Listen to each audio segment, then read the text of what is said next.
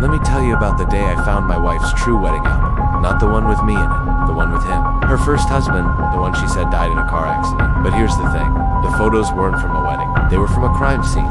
It started when I was cleaning out the attic. I found a dusty box labeled Memories. Inside was a photo of my wife, Leila, standing next to a man I didn't recognize. He was handsome, smiling, and very much alive. The date on the back? 2 weeks before his accident. I asked Lila about it.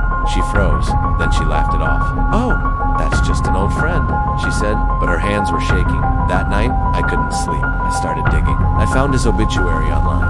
James Carter died in a car crash, survived by his wife Lila, but something felt off. The crash happened on a quiet road, no witnesses, no skid marks, just a tree. Then I found the police report. It wasn't an accident. The brakes had been tampered with. The case was closed as undetermined, but I knew. Lila knew. I confronted her. She broke down. It was abusive, she said. I had to protect myself. I believed her. For a while. But then I found the life insurance policy. James had a $2 million policy, and Lila was the sole beneficiary. I started noticing things. Lila's late-night phone calls. The way she'd stare at me sometimes, like she was calculating something. And then there was the knife. I found it in her drawer. A hunting knife? Sharp and clean. Too clean. I asked her about it. She smiled. For protection, she said, but her eyes, they were cold.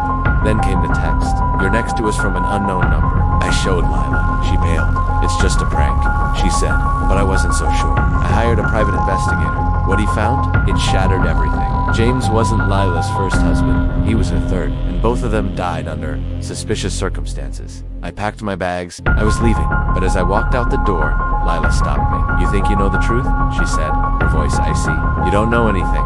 Then she handed me a photo. It was me, standing over James's car, holding a wrench.